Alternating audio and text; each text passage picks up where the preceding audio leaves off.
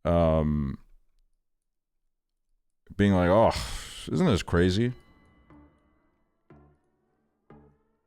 Some can. I won't lie, there are some that are still like pretty funny, but it's like a medium that has been completely tainted by the lazy fucks that habit Austin, Texas. Oh my god. Oh my god.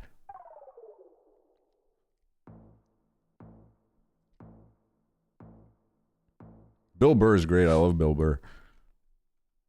Wow. Holy shit.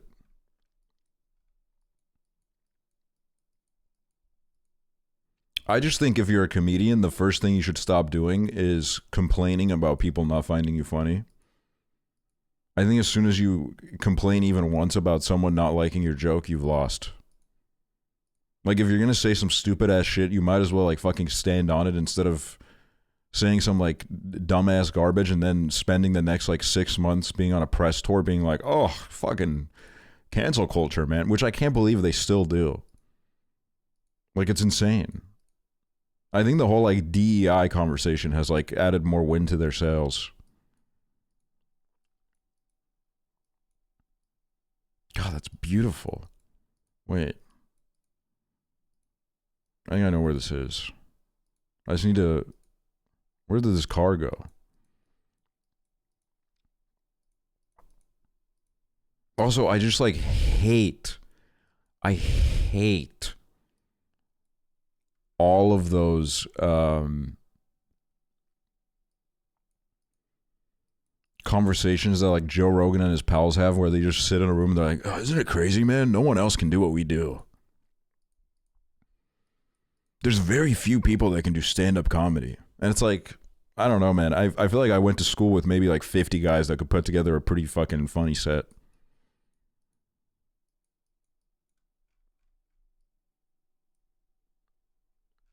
Mm-hmm.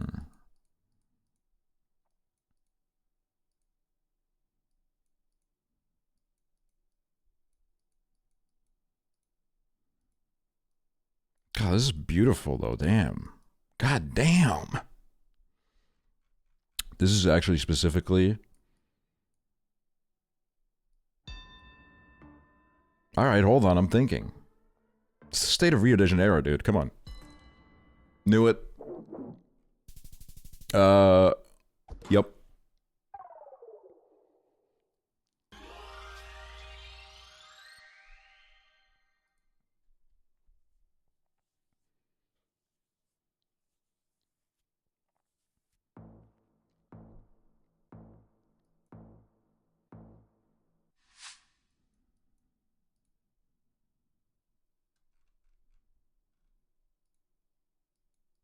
Like, I also think another thing that a lot of stand-up comedians don't realize is that whenever they do like a little LGBTQ bit, I think honestly one of the main reasons why people don't find it funny is not even because it's like offensive, which I mean half the time it is, not gonna lie. It's like very like, I don't know, it's not like very well thought at all, and it's trying to like pander to the fucking assholes in the crowd, but also because sometimes they come up with a joke and they think they're the first person to have ever said it in their fucking life.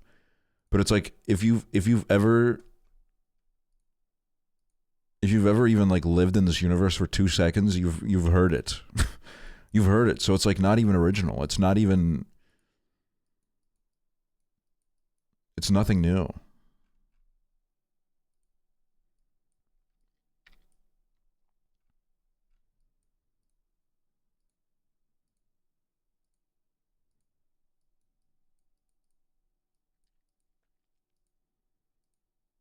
I do enjoy like a little bit of a my recent kick has been watching like commentary videos that like destroy Joe Rogan. Like, I do kind of enjoy hate watching him because I think he's so sad. He's literally like, even though he's like, you know, he now he has this like huge platform and shit, he's still so sad because I think like deep down he knows that he'll never be like a funny guy. He'll always be he'll always be the guy that like has the funny friends, and I think it's like something that haunts him. He could make all the money in the. It's like Elon, dude. Elon is the same thing. He's so sad because nobody accepts him as a poster.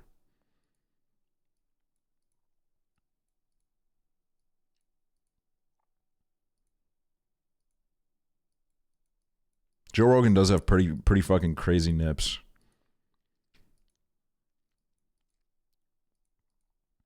Also, here's another tip to any comedian podcasters. Just fucking like, look, I can't believe I'm going to say the fucking shut up and dribble, but like, dude, seriously? Just like fucking, I don't know, man. Stick to like fucking talking about, and I'm looking at you, Theo Vaughn. Like, bro, just like stick to fucking talking about your like trailer park stories and shit, man. Like, what? You don't even know shit about politics. What the fuck are you doing, bro?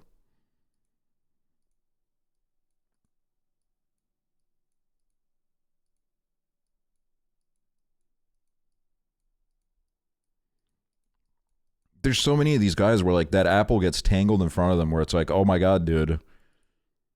If you start grifting a little bit, the number's gonna go up, but like you're already a millionaire, bro. What the fuck are you doing? Just a very like miserable way to go about it.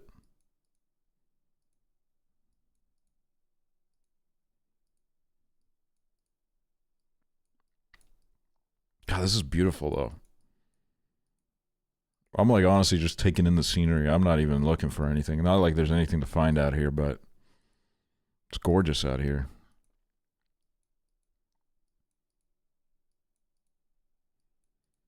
Just seen Zach Fox. I feel so cool. Oh, I love Zach Fox.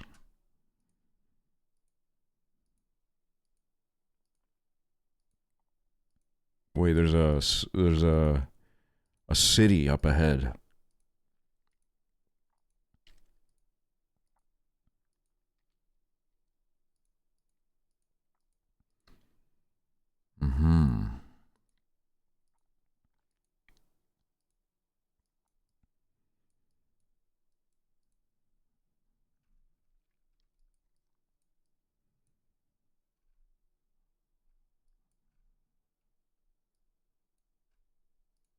I don't know. We need a new scenery.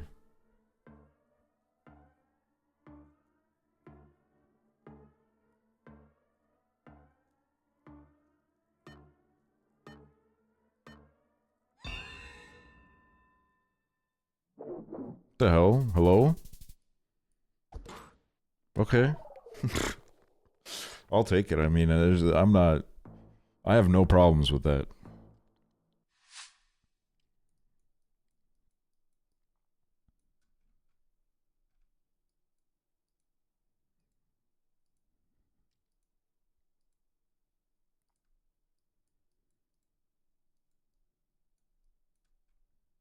Sweden, it's Sweden. Quickly before this motherfucker comes back. What's up, Rhinestone Cowboy?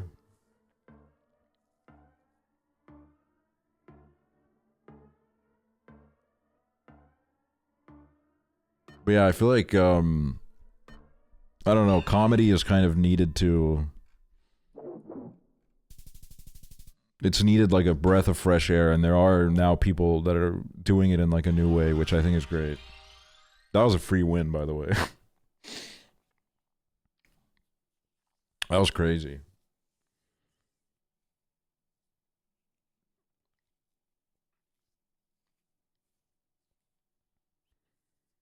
Oh my God, dude.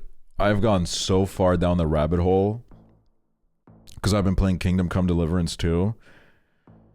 I've gone so far down the rabbit hole of like all the people that were like, they would be like in the Steam forums of the game being like, so apparently they made the main character gay now.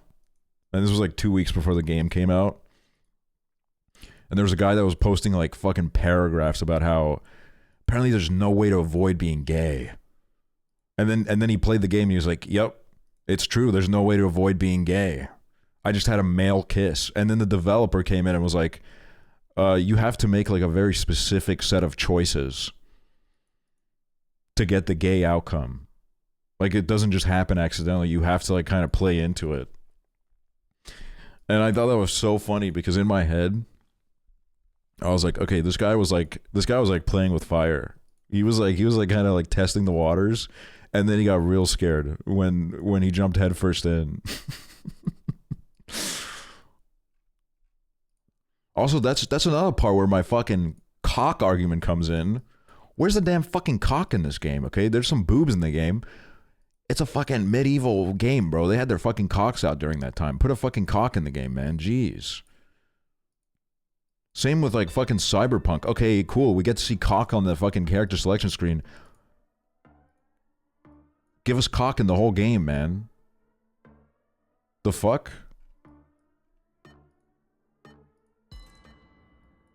Yeah, alright.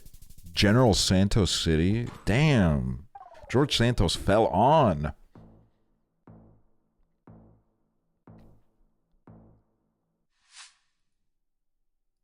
You run around naked, though?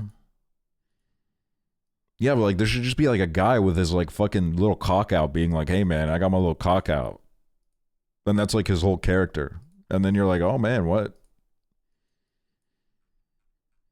I was actually thinking about this today. I should make a rage bait channel. Where I make a series where I'm like, how would I fix this movie or game? And then I give like the worst takes of all time. I give it a new name. I go under like an alias. Because I was like thinking like, it would be so funny if I made like a review where I was like, the reason that the Bob Dylan biopic sucks is not because of like any other reason that's been mentioned before, but it's because that's Espanol, right? That's fucking, this is here.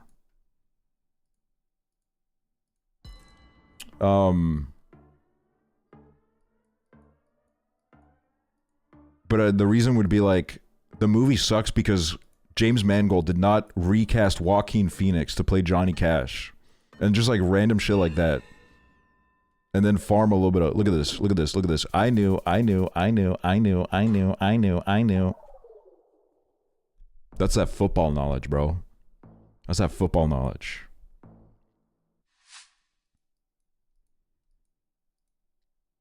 Interstellar, the music was too loud. The music was too loud in Interstellar. I couldn't focus.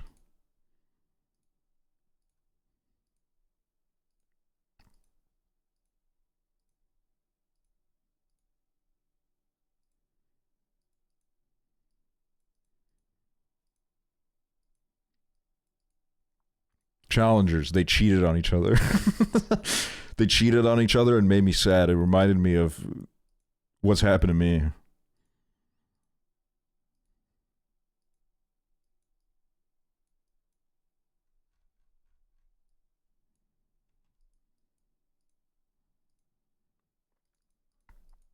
Can we remake Breaking Bad but without Walter? I don't like him.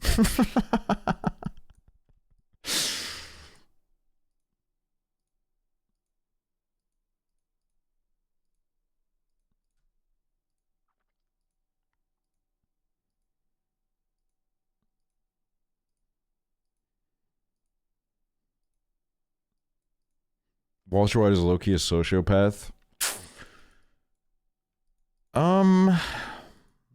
That's an interesting take. Did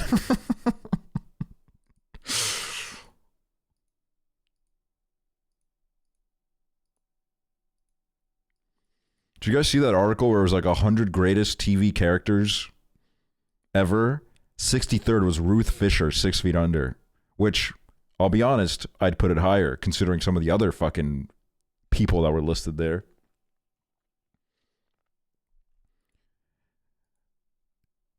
Jeremy Allen White was 100th. And I was like, okay, you know what? I'm not going to discount it immediately because, I don't know. What is this, like Italy? I don't remember any sign that I saw. Fair enough. I was like, I'm not going to discount it immediately because, you know, this is the 100 greatest and there's been a lot of TV shows. And then fucking 5 down from the list was a fucking Ted Lasso character. Fuck you. Fuck off, bro.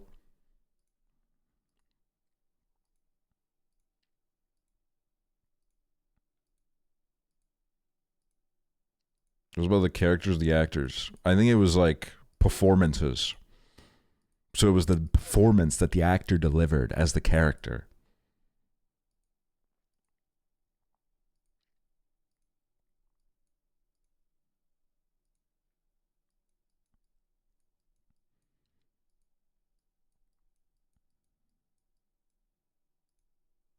Who was number one? It was Veep, dude.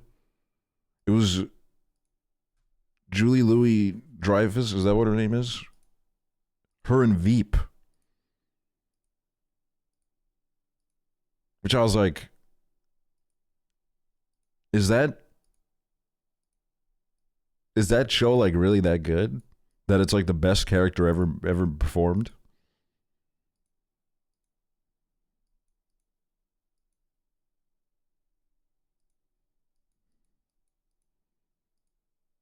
Veep was hilarious. I'm not hating because I haven't seen it. I'm just curious.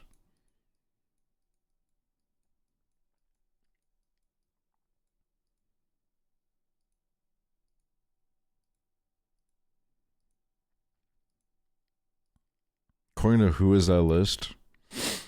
What was it? Like Vulture or some shit? I don't remember who wrote it.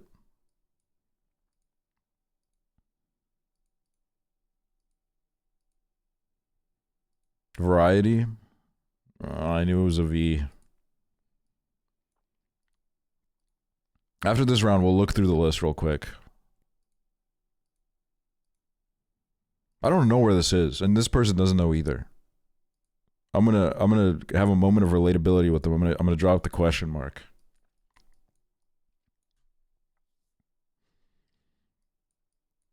And then you know what? We're gonna scare them. We're gonna put Chile.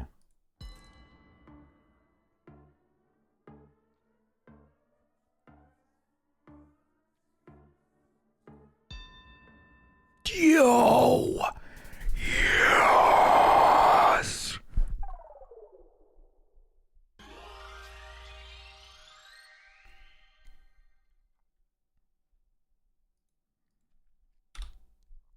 Okay, hold on.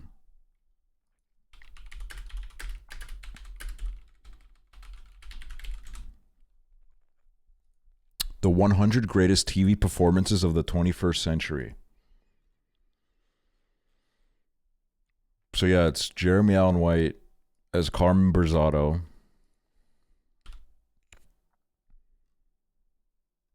Yellowstone, which I'm convinced is not a real show. I don't know if anyone below the age of like 57 has seen Yellowstone, but... And yeah, then it's fucking Brett Goldstein as Roy Kent. I've seen a season of Ted Lasso, and I'm like, he wasn't bad. He was good, but like, come on, bro.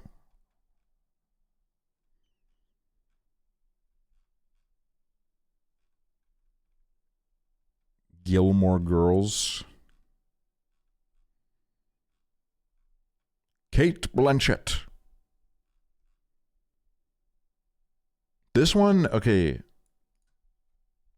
I've seen like quite a bit of How I Met Your Mother, but I was never really that into it. I thought everybody like hated this part of the show. I thought this part of the show was like, everyone was like, what the fuck just happened? Okay, Julia Garner as Ruth Langmore. Absolutely. Should be higher, honestly. She was fucking unbelievable in this. Like, this is like a fucking... It's insanely good. Colin McLaughlin is Special Agent Dale Cooper, which, not gonna lie, 87th is a little bit insane. I would put it way higher.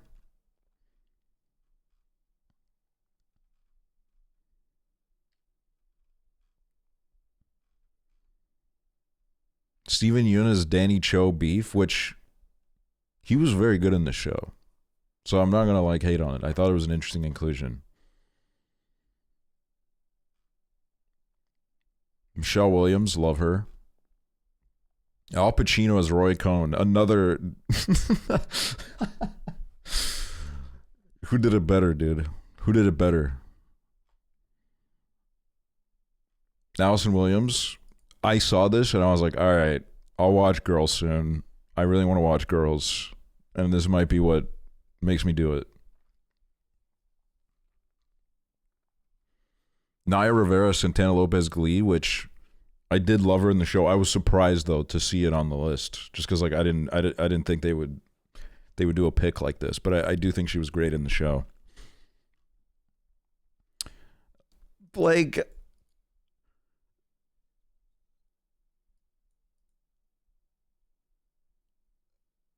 I watched a season of You, and then I got to season 2 and I was like, oh, so he's just going to keep doing this over and over again.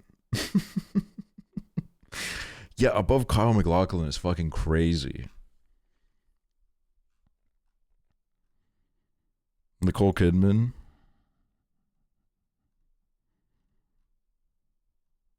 Rami Malek.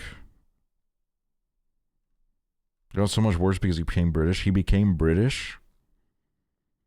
Oh my god, I love Patricia Clarkson. I love her. I haven't seen Sharp Objects, but I love Patricia Clarkson. Anthony Starr's Homelander. I think like another layer was added to his performance when you realized like maybe he was just like he wasn't even acting, dude. Maybe he was Homelander, bro.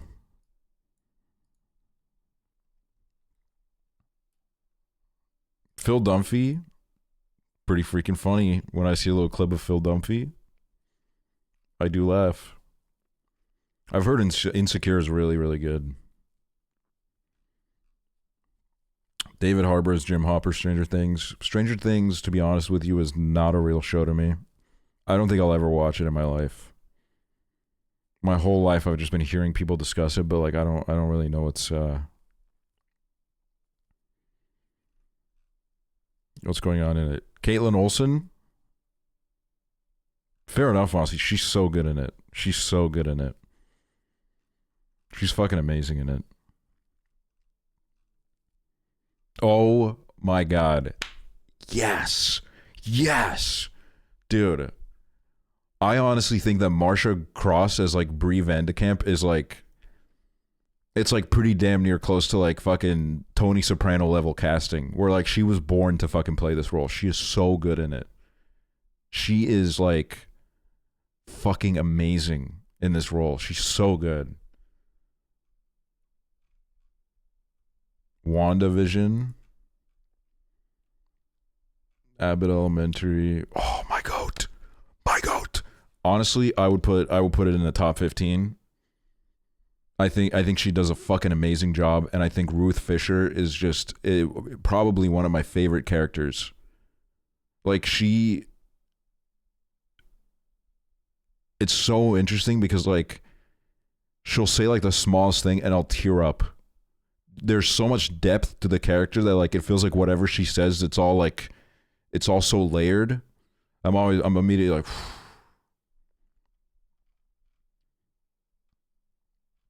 she's so good. Which Ben Linus also really good character. I love Ben Linus in Lost. Probably one of my favorite things about the show. I haven't even heard about Big Love. Big Love.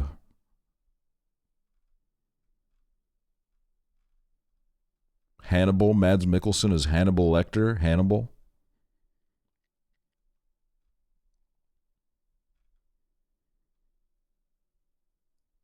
I would say yes, absolutely. I love Abed.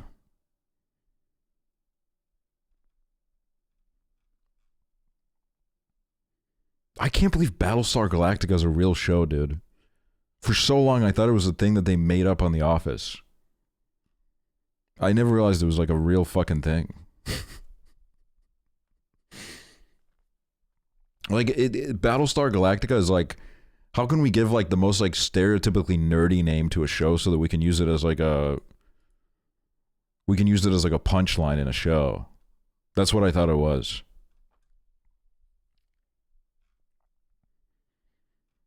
Unbreakable Kimmy Schmidt. This was like a show that Redditors used to hype up a lot. I don't know if it's good though. I never heard anyone else talk about it.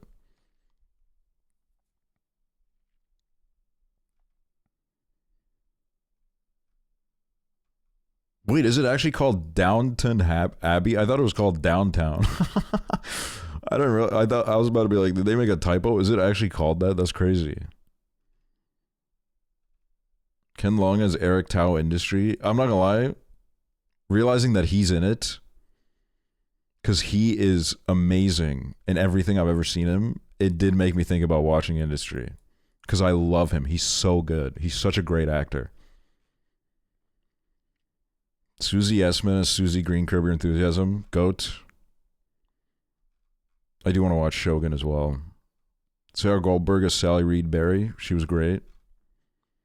The Good Place, I put on 2 episodes and I said, you know what? I don't give a fuck. I'm moving on with my life. Okay, like 45th of all, like, of the 21st century. Like, don't get me wrong.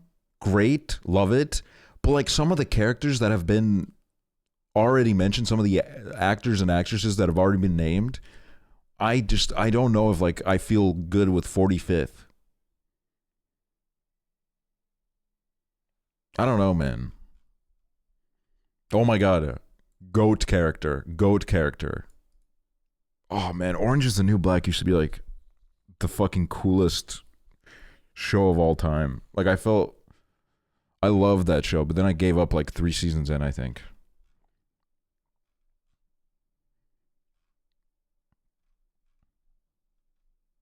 Danny McBride.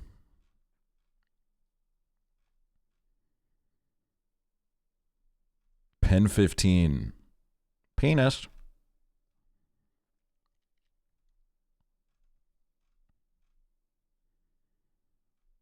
Oh my god, he is good in Atlanta. I never finished Atlanta. Ugly Betty. Where my Ugly Betty heads at?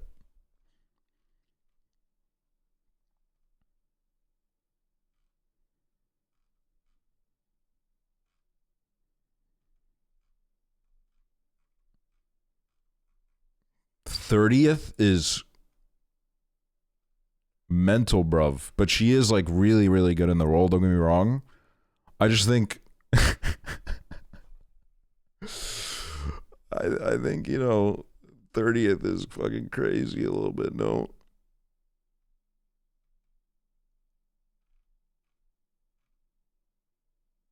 Friday Night Lights. Deserved. Honestly, could be even higher. Fleabag is amazing. Fucking love Catherine O'Hara. I didn't even know she was in Schitt's Creek. But I love her.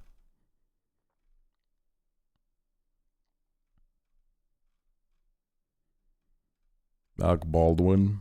Laura Dern. Love Laura Dern. Honestly, yes. She was so good in this. Dude, I missed the week to week of The Curse coming out. And every week we'd go live here and we'd say, what is going on, guys? Is this show going anywhere?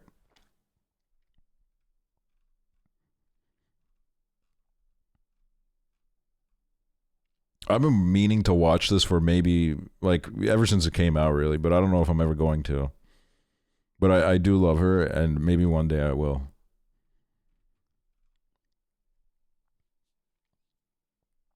Kate Winslet. Oh my god. So fucking deserved. So deserved. She's so good. It's fucking crazy.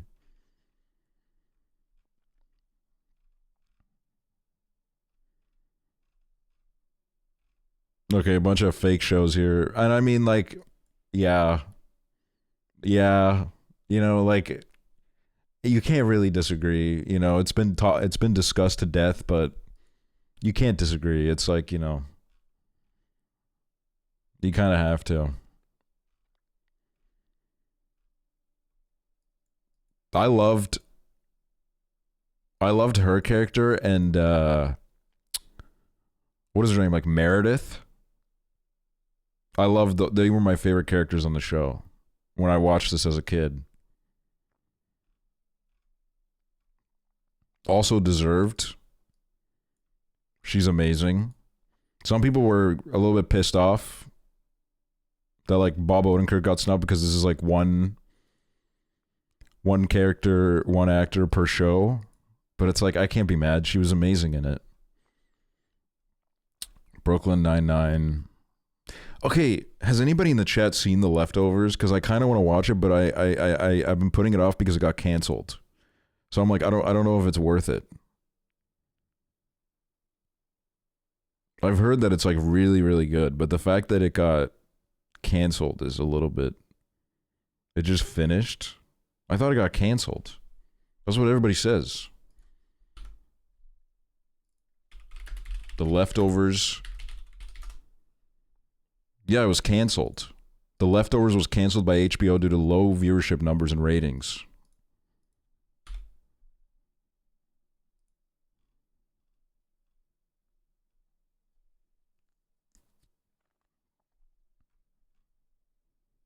It was very Twin Peaks-esque. Yeah, I've heard that too. Oh my god. This, he is so good. He is so good in The Wire. He is incredible in this show. Absolutely deserved. And I mean, like, yeah. Yeah, absolutely. Like, there's like, yeah, I mean, you know. This is another show that I hadn't heard of until I looked at this list. And now I'm kind of curious. Like, what is this? It says HBO. If it says HBO, I take a little bit of a closer look. Elizabeth Moss is Peggy Olson. I can't be mad because she's so good in the show. She's fucking incredible. But I do think the thing about Elizabeth Moss is like, I think she'll probably have like more roles where she's going to be incredible. While I think John Hamm will never do anything good in his life again. And I think John Hamm was meant to be Don Draper. That was like his thing. Like I think like, you know, I would give it to John Hamm just because he has nothing else in his life. He has absolutely nothing else going for him. He does like Super Bowl appearances now. And I mean, like, all right. I was a little bit shocked. But I was like, yes. Absolutely. And then, yeah, Julia Louis-Dreyfus. Veep. Greatest character, 21st century.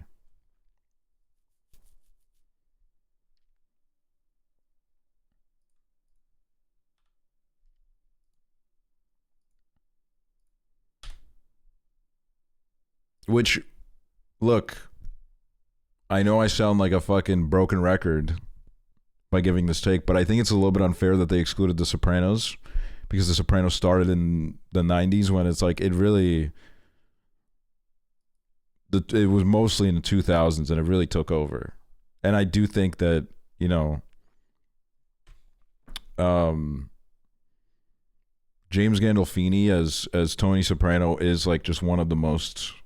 It is an absolutely insane performance, and it's like one of those performances where like I'll never get tired of reading about it because it just totally it took such a tragic toll on him. Like he gave his like he literally just basically gave his whole life to that role. Is there anyone from Boardwalk Empire? I don't think so. No Freaks and Geeks. That was the 90s, right? So that would be why.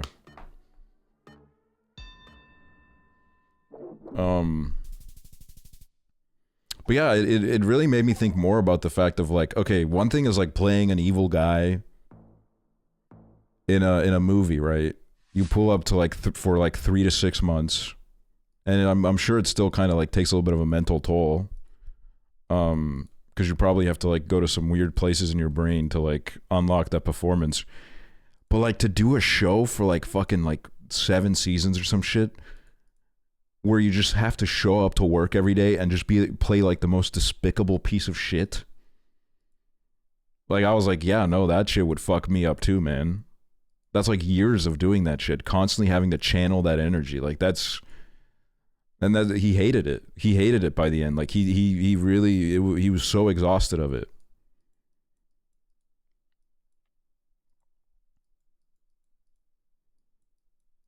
Because I think it was, like, mentioned in a documentary that, he was like someone that was trying to turn a page in his life, and he felt like by playing Tony Soprano, he was constantly like revisiting those parts of his brain that like he really didn't like about himself, which is sad. I think it's weird that Brian Cox hates on Jeremy Strong for method acting when Brian is an asshole IRL and in the show. I don't know, like I'm obviously like I'm not hugely like pro method acting, but like I don't know, from what I've read about Jeremy Strong, like I think he, I don't know, like I feel like he becomes a little bit more like shut off. I haven't like read all the specifics, but from what I have seen, it's like he just kind of like shuts himself off a little bit more.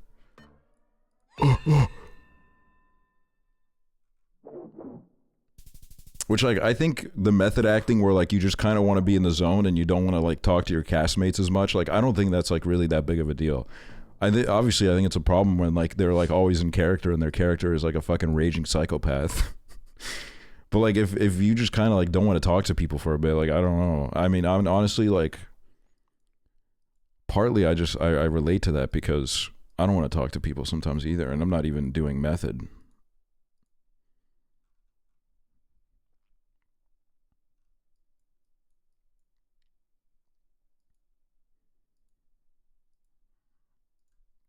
Yeah, the Jared Leto method acting is like doing all that and then like really not even having much to show for it.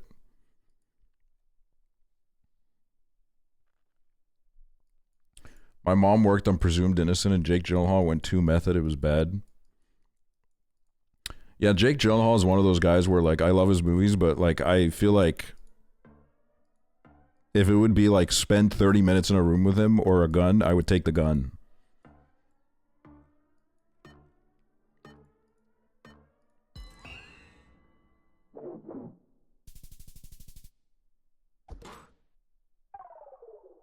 Like I think he's like insane. I don't know if he was acting in Nightcrawler, man. I think that's how he is about his movies in general.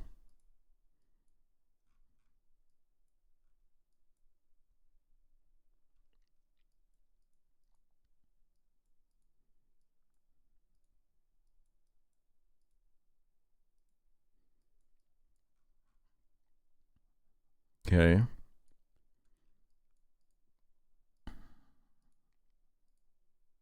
Like this is obviously like a very parasocial conversation, but like I could hang out with like Ryan Gosling probably. You know, I could probably like manage that.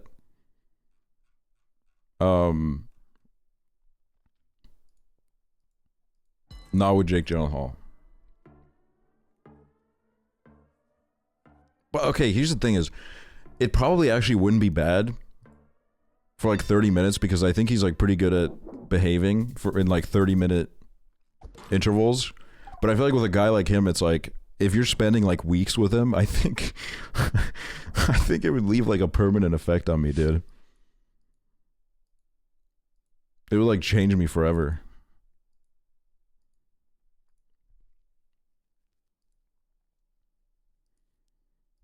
Do you think you can hang out with Rob Riggle? If I could hang out with Rob Riggle until he gets like a beer in him and starts talking politics, then I'm like, I don't know, man.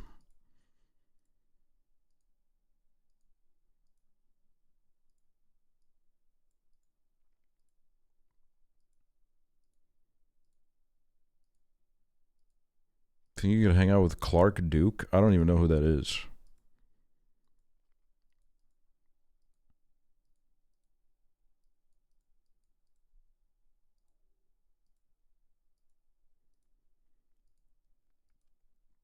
I do appreciate though when like an artist just kind of seems like a person.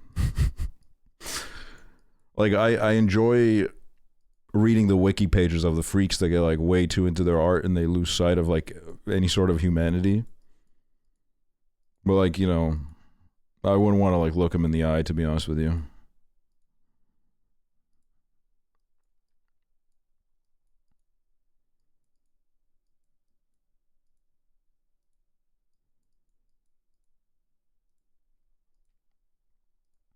Christian Bale got to be insane, dude. They caught him in like, well, I wouldn't say 4K. It wasn't that high quality of a recording, but they caught his ass.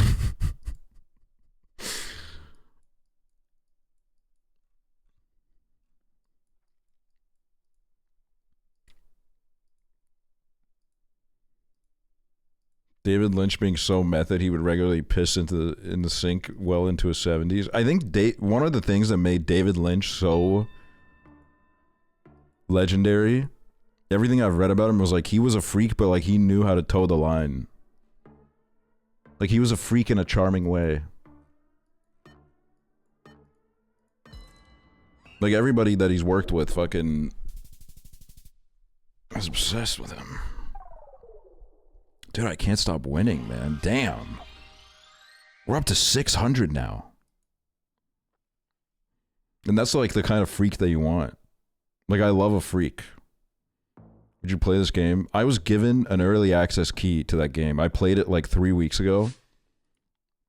And I was really excited for it. But I think there's a lot of work that needs to be done. I think it has a lot of potential. But to be honest with you, in its current state, which, sorry to be this blunt, it's like borderline unplayable. It's like fine for an hour or two, but when you get into the late game, it's like the game mechanics are not balanced at all. It like drove me insane. Like your studio has this, it has prestige that you get every time you release a movie. But if you're not releasing movies, you lose prestige at such an insane rate that I was stuck in this feedback loop of constantly trying to release movies to get a bigger office. But like by the time I dropped a new movie, my prestige had dropped, and then my movie would flop, and then my prestige would drop even more. It was a nightmare, man. Oh, wow. That was not in Australia that I would expect. I will happily play it if they fix it a little bit, but I'm someone that gets like way too into tycoons. And when it's a little bit broken, I get really sad. And yeah, the fact that it's missing an endless mode sucks too, because it felt like I was just getting my studio off the ground and then it said the game's over. And I was like, what?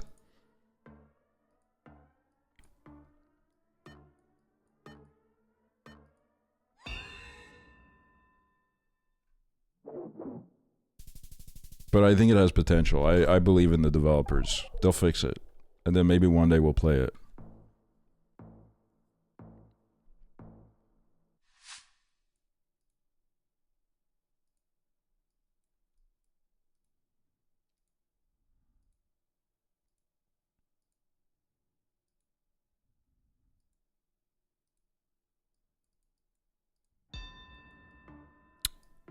All right. I don't fucking know, man. I have no fucking clue. Whatever, dude. Whatever. Holy read, man. To be fair, I had this loss coming. I was on a crazy streak.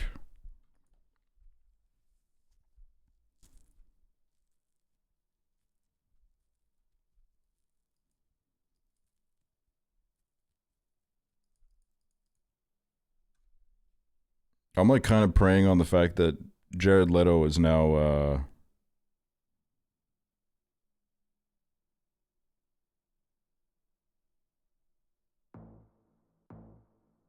sorry, I got an email. I'm hoping that Jared Leto has decided to disappear. That would be pretty sick.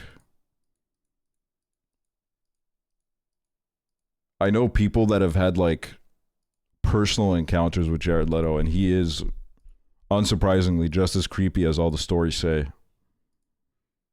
Very weird guy.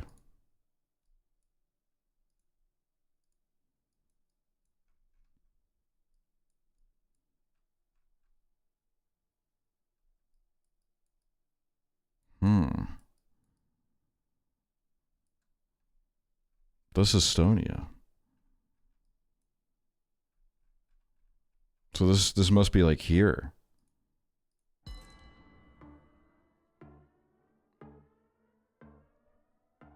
Sending a dead pig to your coworker on set is insane. No, that's just like cooked. That's just insane. Look at this, dude. Spot on, man.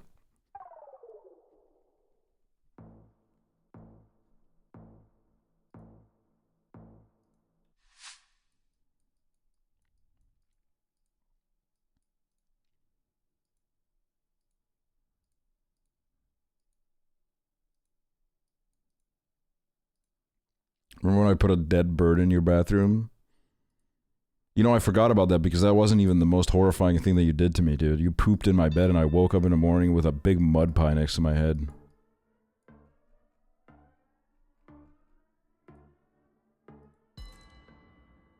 I'm surprised the fucking smell didn't wake me up. You know what? It honestly did, and then I fucking passed out. World famous girl, thank you.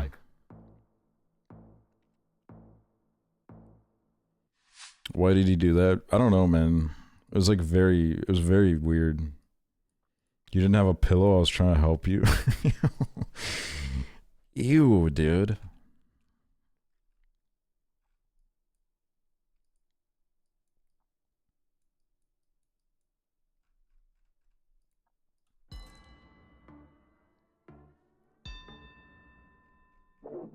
Ah, you fucker.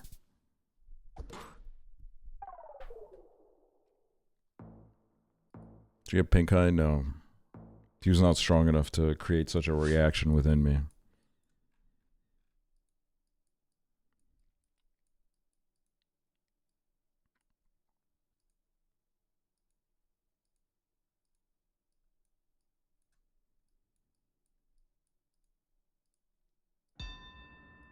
Can we talk about how bad seasons 4 and 5 of Arrested Development were? No, yeah, they were bad. I just stopped watching the show immediately. The show where they came back, the season where they came back and everybody looked a little bit older, immediately I was like, the vibes are kind of off. So I just immediately clocked out and didn't continue. And I've seen like a couple clips that were like pretty funny from those seasons, and I'm like, okay, that's probably all I need. That's probably all I need.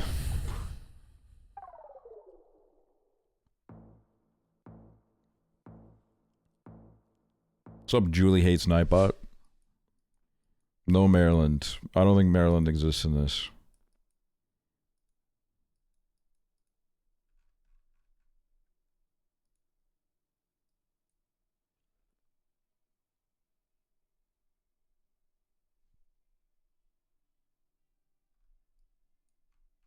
Okay, so this is Canada. What is that first word, though? I can't fucking understand.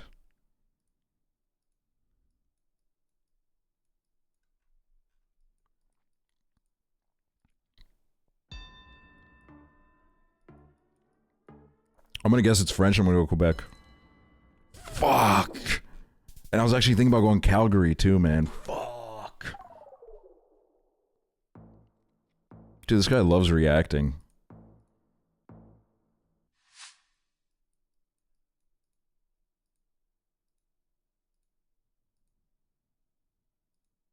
Also, I forget who said this, but whoever said this was right, where they said that method acting is very much like a male luxury, where I think if any woman tries the method act, they immediately get like blacklisted from the industry for being difficult. But Jared Leto can fucking send dead pigs and fucking sleep in a coffin or where the fuck he said he did.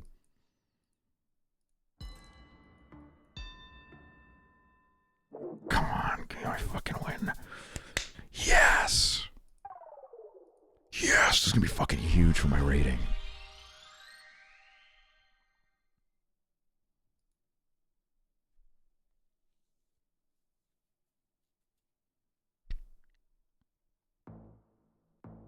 I want to be the first method actor woman to make it. Wish me luck. Good luck, Ingrid.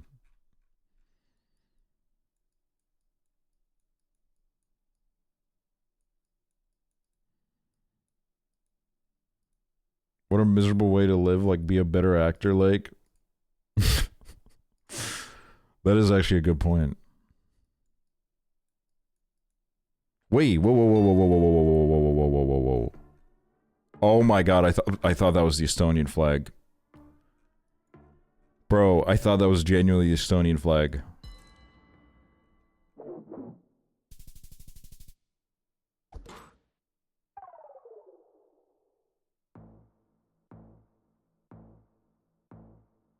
I need to recover from that. Whoa. What the hell?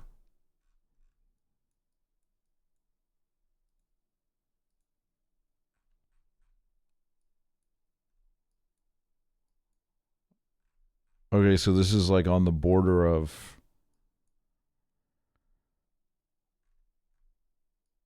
It's probably like somewhere here. This is crazy though, the fuck?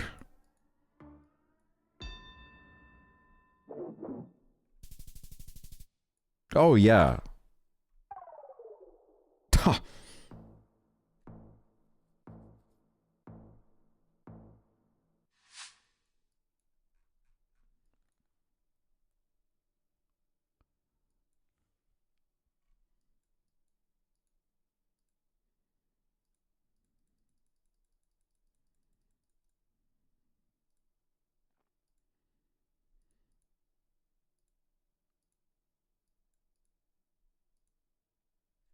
Scoobroo.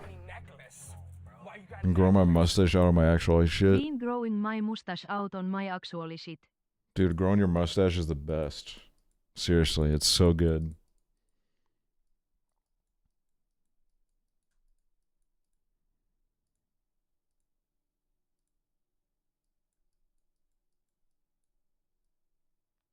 Hmm.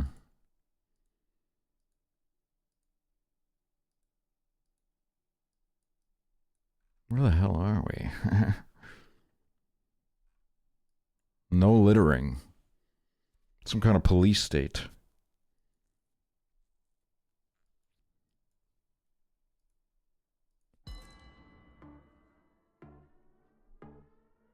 Can't even fucking litter.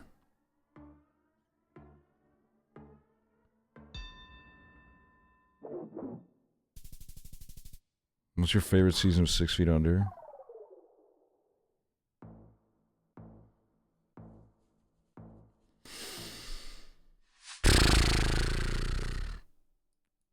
Either the fourth or the last.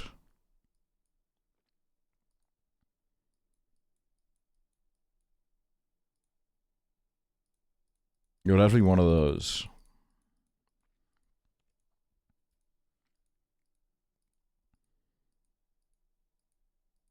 What's your favorite needle drop? When they go to visit Lisa in Seattle, and the Yola Tango comes in, and they go, I remember a summer's day. I'm like, yep. Yep, that's it right there.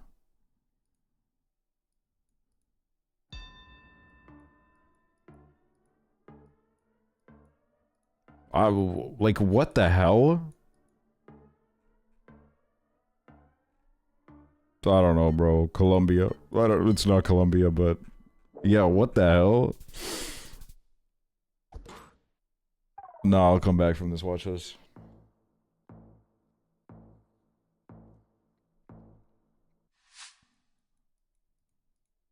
I wonder what my favorite season of a TV show ever is. Because that could be an interesting question, because it could be of a show that's like maybe not even anywhere near close to my favorite show, but I can't even remember right now.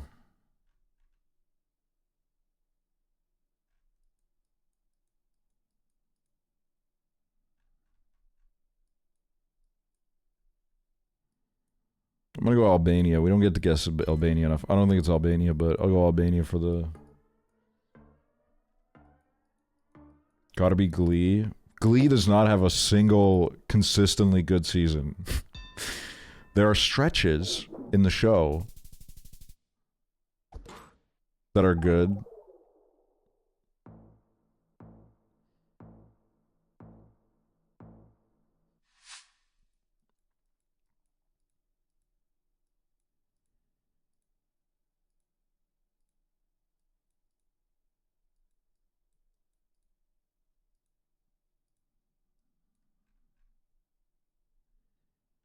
Oh my god, Dale Cooper. Dale Cooper. Big Bang Theory season 6. Okay, everybody in chat, be honest. How many seasons of The Big Bang Theory have you watched? I'll start 0.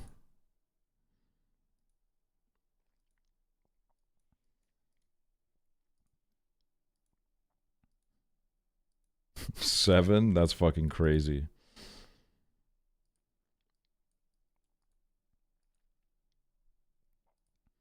Rushed a girl named Rachel Berry last week. Had a field day with that. I can't wait for the fucking Julie Hates Nightbot article to drop where we learn about the crimes that you committed.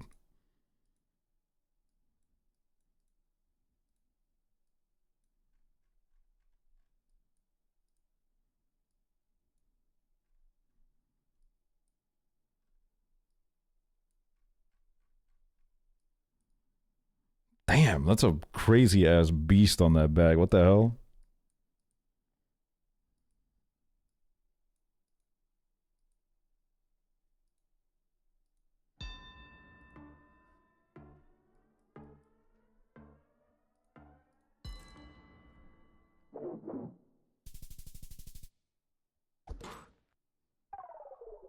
I'll take my loss.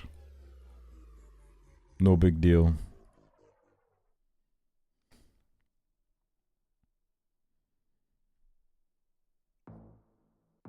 Damn, bro.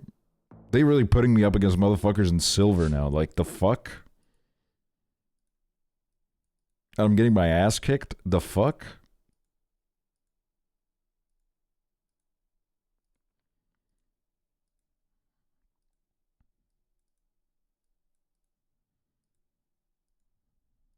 Also, I think... Look, I think that list should have been 2 characters per show. And I think Michael C. Hall as David Fisher should have been on that fucking list. He is so good. I'm sorry, but like, now that I've watched 6 Feet Under, I never really believed this anyway. I mean, it's like preferable, I guess, but like, I'll never shit on a non-gay person for playing a gay person just cause. Because I'm not gonna lie, like Michael C. Hall, I don't know if there's like a gay person in the universe that could have done a better job than him. Like, it's crazy. He just got it. He got it like to the fucking bone, man. It's it's insane. He was so good. It's because he was a theater kid. Yeah, that's true. That's the check you got to do. You got to see if they're a theater kid or if they're just like some guy that randomly started acting. If they're a theater kid, then they might as well be gay.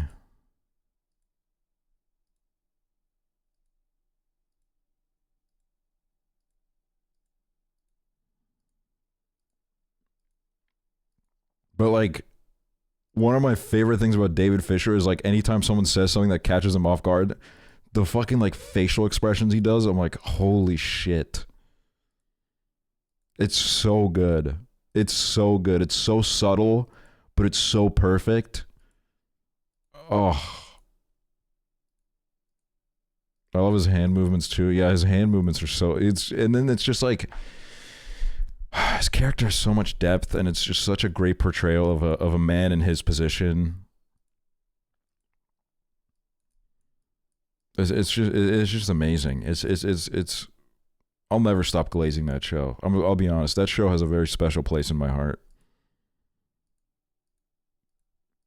And also Claire. I mean, honestly, all the characters are so well played. But Claire is so well acted. It's not a bad actor in it. Honestly, yeah, there isn't. Even like all the little side characters and shit that show up for an episode, they're all so good.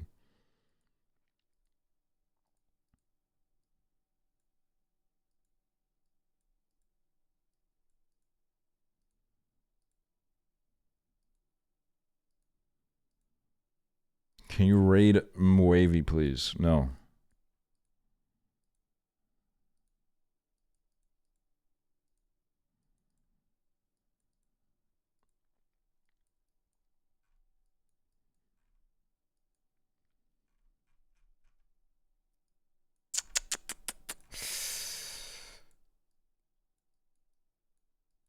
I don't know. Probably not. It's probably over here. But you know what? That's fine. Moving on this round for about 6 hours.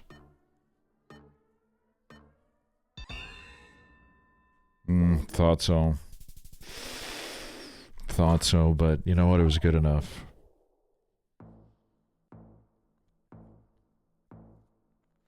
Also, yeah. Okay.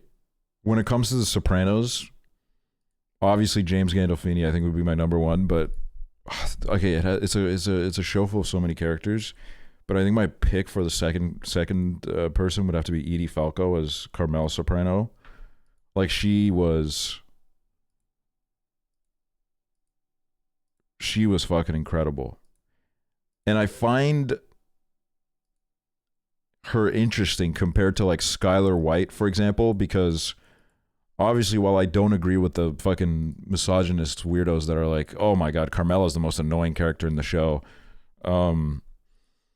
the huge difference between Carmela and Skylar White, for example, is the fact that like Skylar did not choose any of this at all. She just woke up one day and found out that the man she had children with decided to like take on that fucking endeavor. Meanwhile, Carmela throughout the whole show kind of wrestles with the reality that she knew what she was getting into. She knew who Tony was. And she very gladly reaps the benefits of it while also not wanting to acknowledge what her husband does when she leaves, when he leaves to go to work. Like there's this scene in The Sopranos where Carmela gets clocked so hard by a psychiatrist because it's like the first person to ever like really break through to her and be like, your husband is a piece of shit. And you are in some way complicit in this because you are putting food on his table. You knew who he was. Like you are using his blood money to live a lavish life. And she's just an amazing character. So good. Same with AJ as well. That's another thing is people just don't know how to handle character like children. They don't know how to deal with child characters that have any sort of like nuance or depth to them. Because like guess what, dude? If a kid grows up in that household, yeah, he's gonna fucking lose his mind. Obviously, dude. His dad is like insane.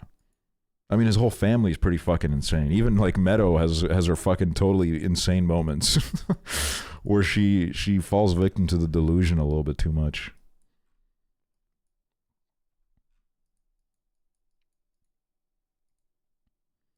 Another thing that Breaking Bad basically copied. I think, yeah, I mean, I think Breaking Bad takes like pretty clear inspirations from The Sopranos, but honestly, like it does do it in a way where it gets away with it. It's kind of like the Killers and their first album, them just ripping off everybody that they loved, and it just kind of works. It just works.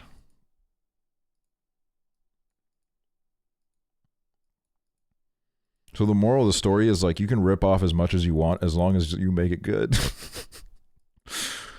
I don't know where the fuck this is, man. Probably like Turkey or some shit. I don't know.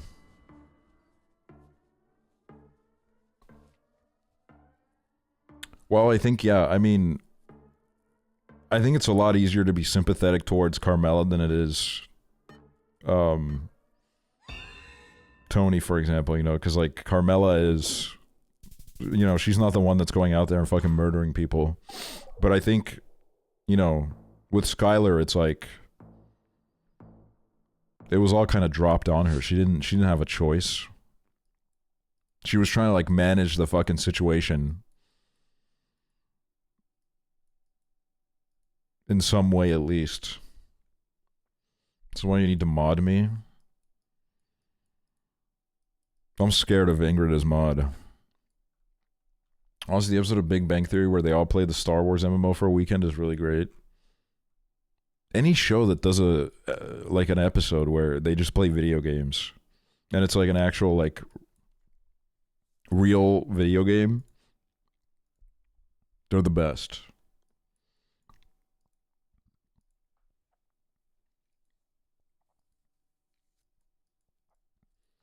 Mod me, please. Bad things will happen. Bad things will happen if I mod you.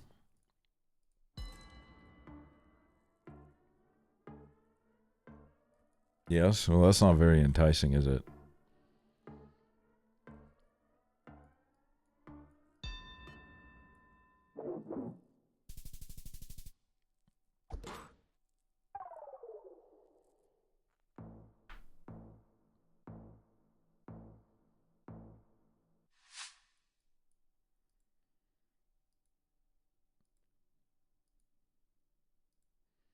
Also, it is really funny how... I don't know.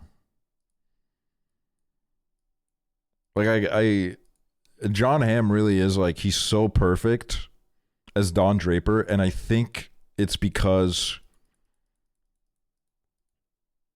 there's like a little bit of Don Draper in him, dude. If you've ever seen him in a situation where he has to explain those allegations of him in a frat where he like put a hammer to a guy's balls and like dragged him around on the floor or some shit, you can see like that same dead look behind his eyes that Don Draper has every time he like cheats on his wife. So I think sometimes it just comes from the fact that you're really just playing a version of yourself in some way. And that's why like he's really you don't see John Hamm in a lot of good stuff nowadays.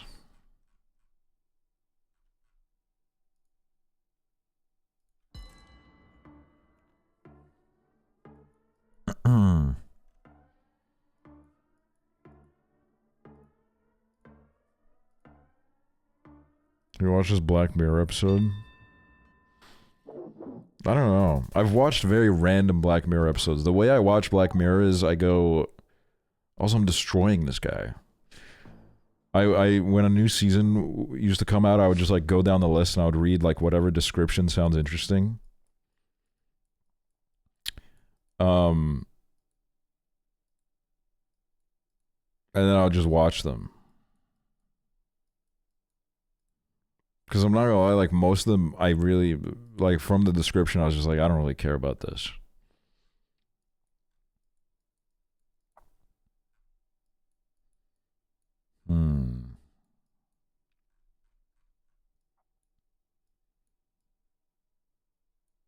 Yeah, let's do like here, Norway. Maybe it'll be Iceland and I'll be fucked, but there's no way I lose when there's fucking, he has 15 health, dude.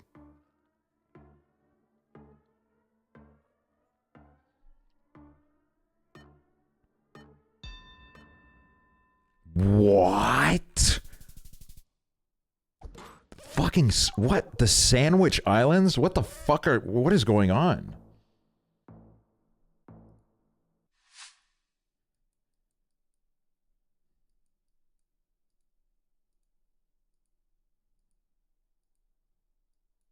What?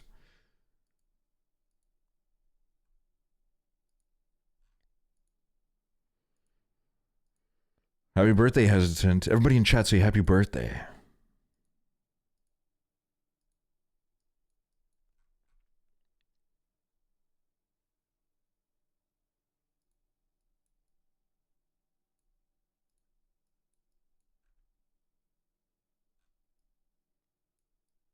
NL, huh?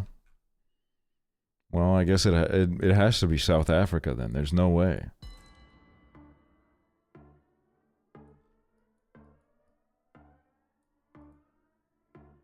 Or no, dude. You know what it is? Okay, never mind. Damn, bro. What a way to drive. Yeah, the 2.5 Men with Miley Cyrus is crazy. I remember watching that when it came out. Because I was like, holy shit, they got Miley Cyrus on this.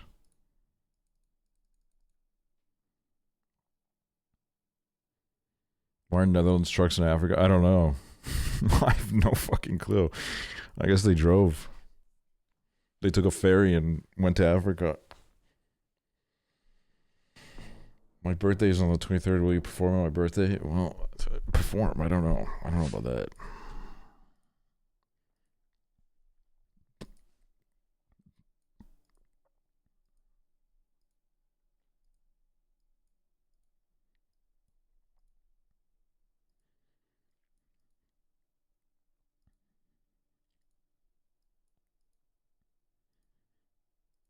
I watched an Estonian film in class yesterday. Which one?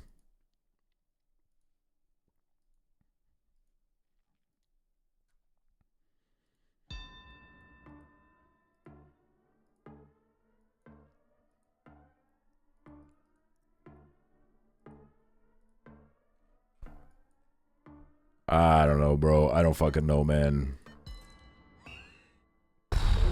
Breakfast on the Grass. Wait, I gotta look that up so I see the Estonian title of it.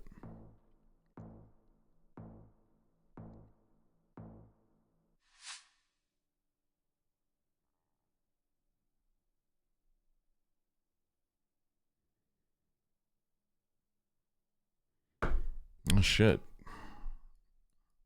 Kind of looks familiar.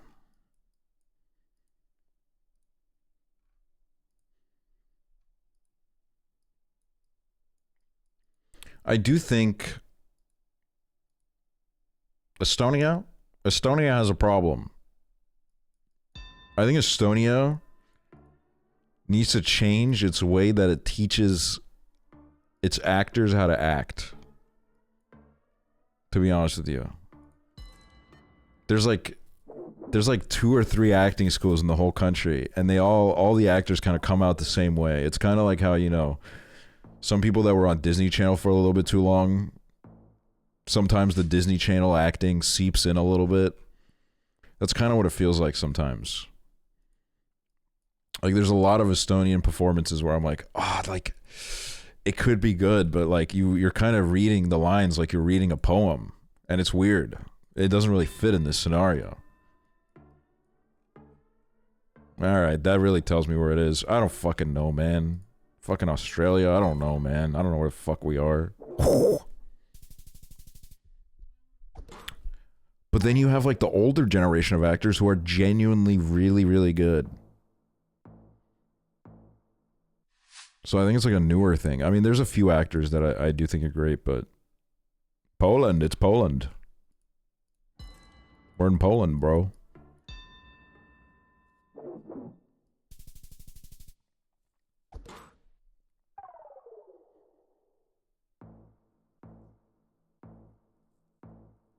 Do you have a favorite Estonian actor? I have a few, honestly, that I really love. Some of them are really, really good. Like, yeah, the motherfuckers that are now in their, like, 40s to, like, 70s, just a very good generation of actors.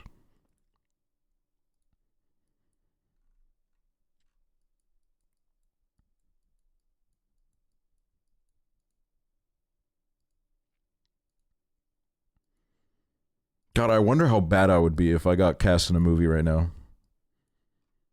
I'd love to do it just to see, like, how bad I would be.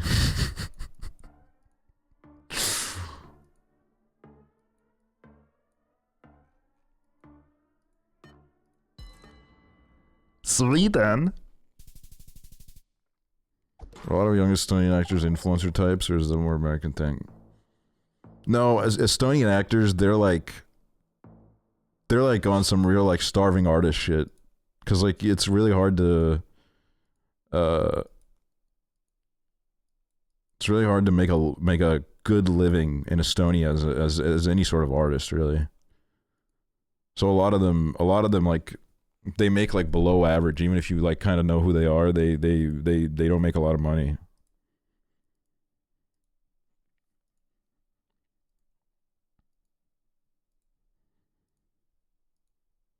So they just kind of stick to that grind, and I mean, I'm sure some of them try to influence, but not any ones that I have in my perception right now.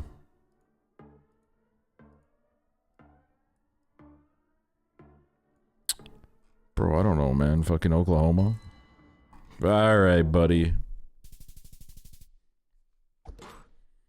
I'm convinced I can do anything. I think I could be an amazing actor, but I just don't feel like it right now. I feel like in my head, I'm like, okay, I could do a decent job. And then I think about the fact that, like, okay, wait a minute. There's going to be like 30 crew members. And then you're going to have to do the take over and over again. And I'm going to have to wake up at like 5 a.m.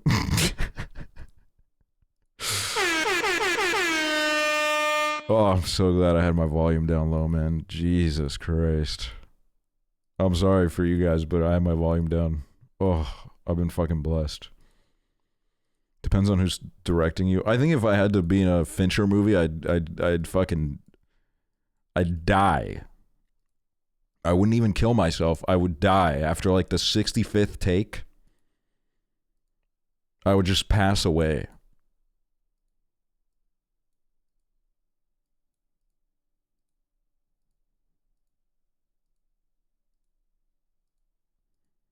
It would be fun to do theater though. But theater's fucking, God, that's fucking tough though. You gotta like memorize the whole fucking play. Jeez.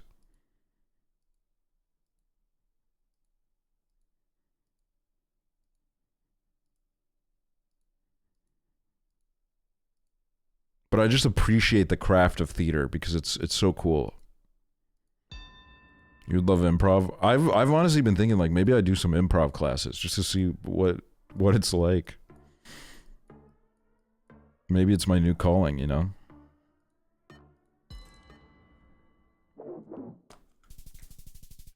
I also feel like improv classes have like really fascinating people. You'll get like all sorts of characters and shit.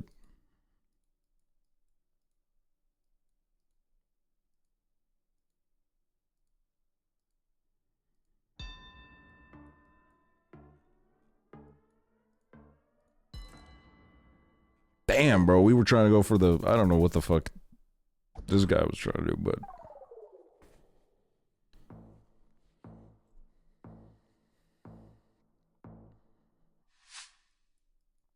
I did improv once in my life and it was the best moment of my life. Yeah, no, that it just seems really fun and it like exercises a really good part of your brain. And like, I mean, I guess it would help with like streaming too. It would be good to get like that fire going.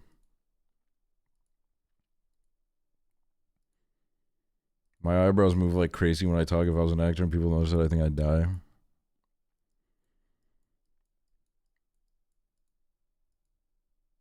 I do at one point still just want to like... Mass attack starts in 5, 4, 3, 2, 1. Mass attack. Okay. This must be the most dead mass attack of all time, dude. Everyone's asleep.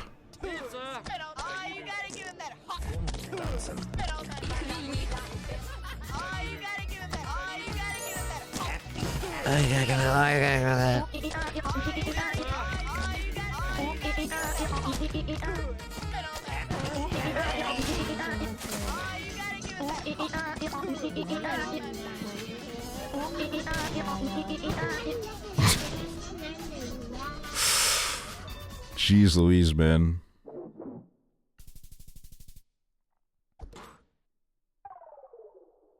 Yeah, that was legendary.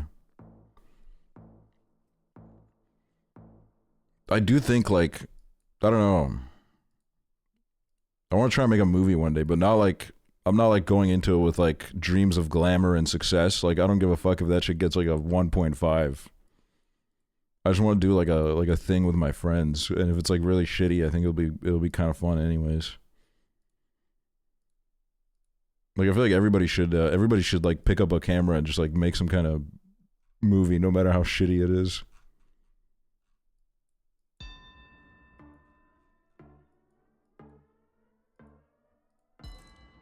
Yes!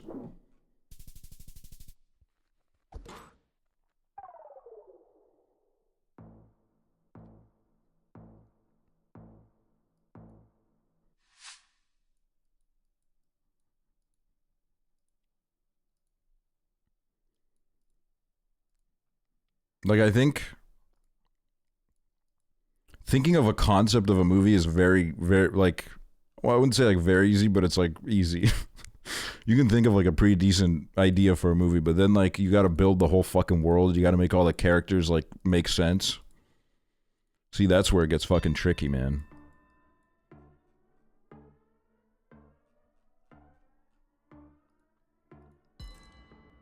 Just ask ChatGPT.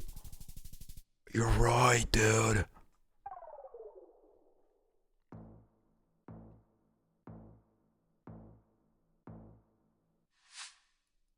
Whoa.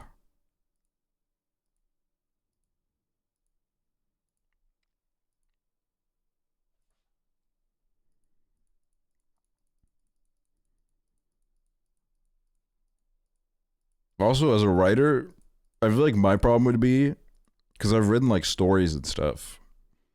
I've written a bunch of stories because I was just kind of like it was like an interesting thing for me to do. What I find interesting is like how do you not self-insert all the time? Like I don't know, maybe I'm a piece of shit, but I feel like everything I write is just like me writing about myself.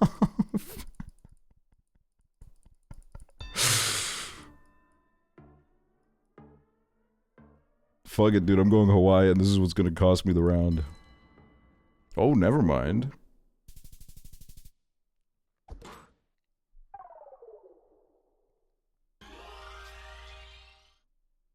Like, I'd definitely be like a Noah Baumbach type fucking writer and director where every movie is about like a different thing that happened to me in my life. Like, I went through a divorce, I write Marriage Story. I have an angry dad, I write fucking The Squid and the Whale.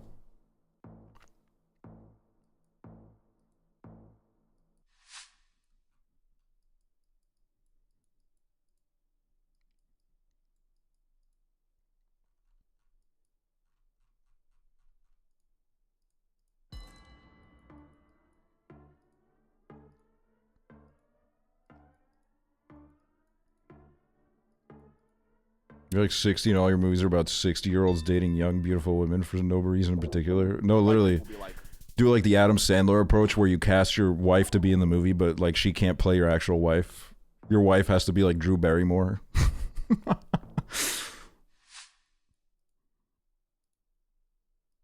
Angie Baldy, thank you so much for the sub. Thank you so fucking much. Bisexuals writing a movie be like, all right, my wife can be in the movie, but I will be dating a man.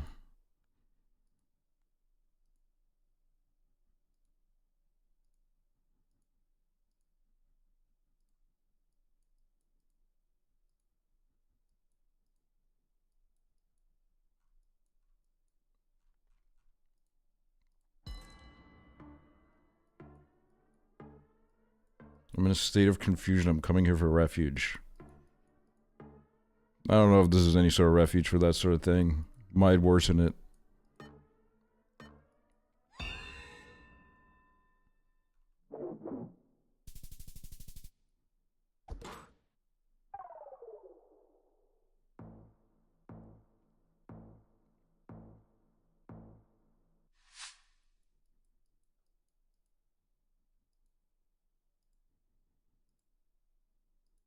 Also, I feel like to be a good actor, you have to be like kind of a little bit tapped into how like human emotions work.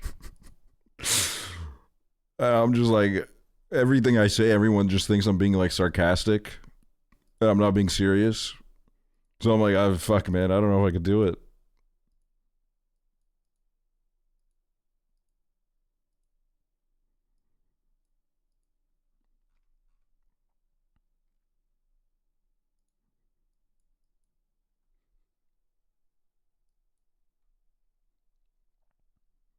Now that is fascinating.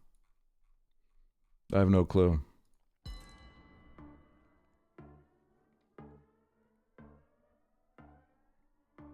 Jesse Eisenberg does it. That is true. He does do it by continuously just playing himself, which I think I could do. I could play myself. I could just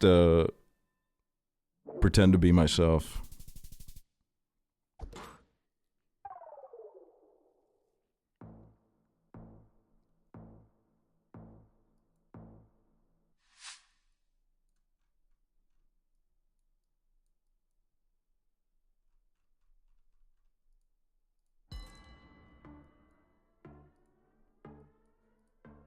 Writing the Aksually biopic. See, that's the thing is like, if there's like all these motherfuckers that have lived like insanely interesting lives, and people cannot put like a good biopic together about them, I'm like, there's no hope. Like, what the fuck? To be fair though, if in some like weird fucked up universe, someone was like, we're making a biopic about you, I'd be like, all right. I mean, if we're gonna do this, let's just like fucking put it all out there, dude.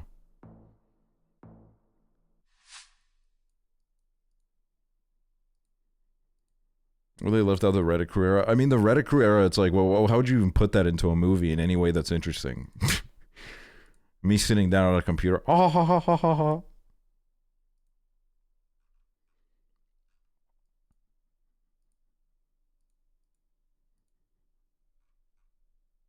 If there was a gun pointed at my head and they were like, you need to make a biopic about your life, I'd probably just make it about my childhood, because that's, I feel like that's like, that would be more interesting on film than anything that came after. Because what came after is me sitting in my house.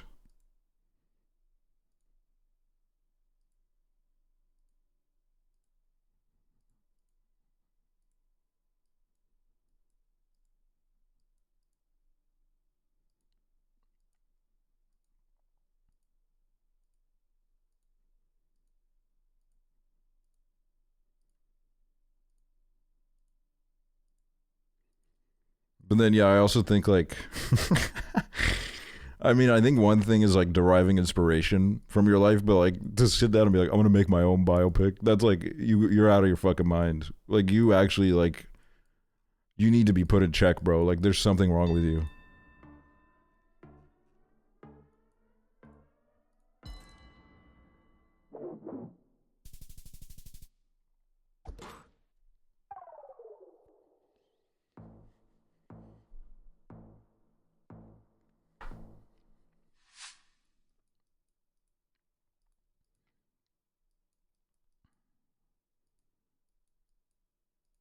I could probably like I could make like I could derive like a really good like Eastern European gay drama. Two gay kids. Or let's say like two queer kids. And then they like grow up and shit. And then there's like all the dynamics there and shit. There's probably something there.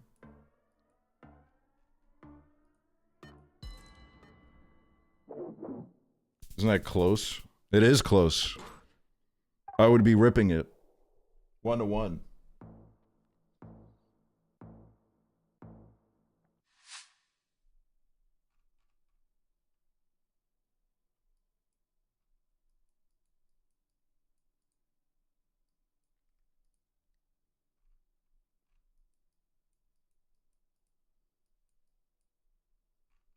Robe. Okay then.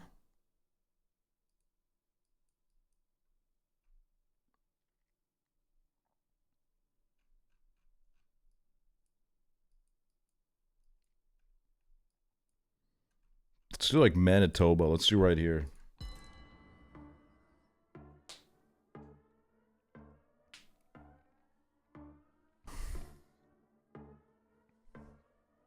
God, I keep forgetting I have this watch on my wrist now. What? That's mad.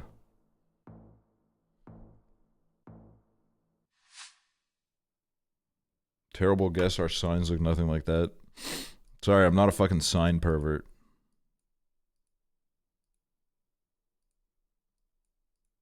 I'm only a sign pervert when it matters to me.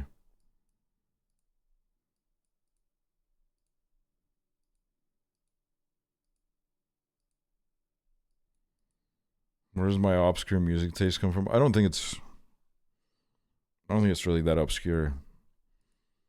Just like Friends, I guess. Friends and then like some Googling.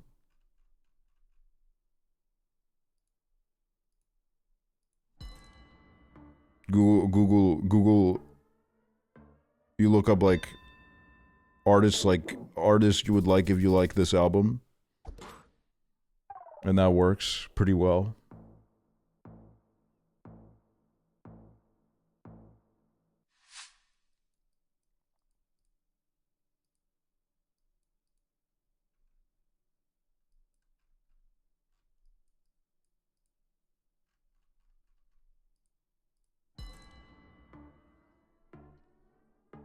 And this is where I win. Watch this.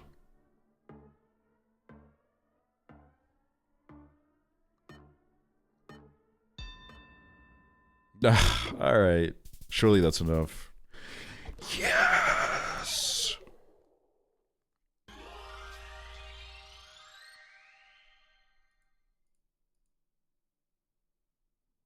All our respect for you, because if I didn't find your streams, I would be listening to Benson Boone right now.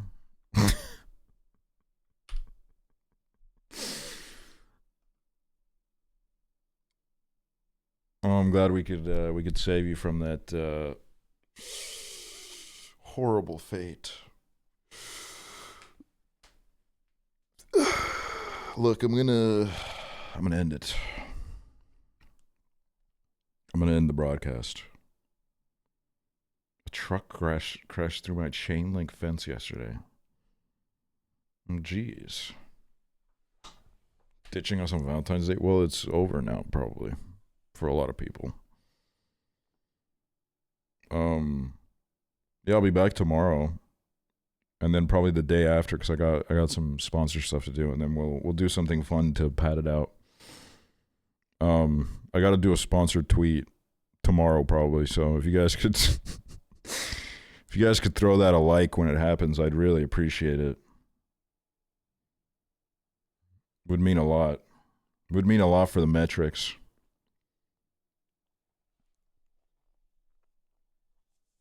Thank you guys so much for watching. Please don't ratio me. Not on a sponsored tweet, man. James Merritt already did that once. It was very embarrassing. Yeah, thanks so much for watching, guys.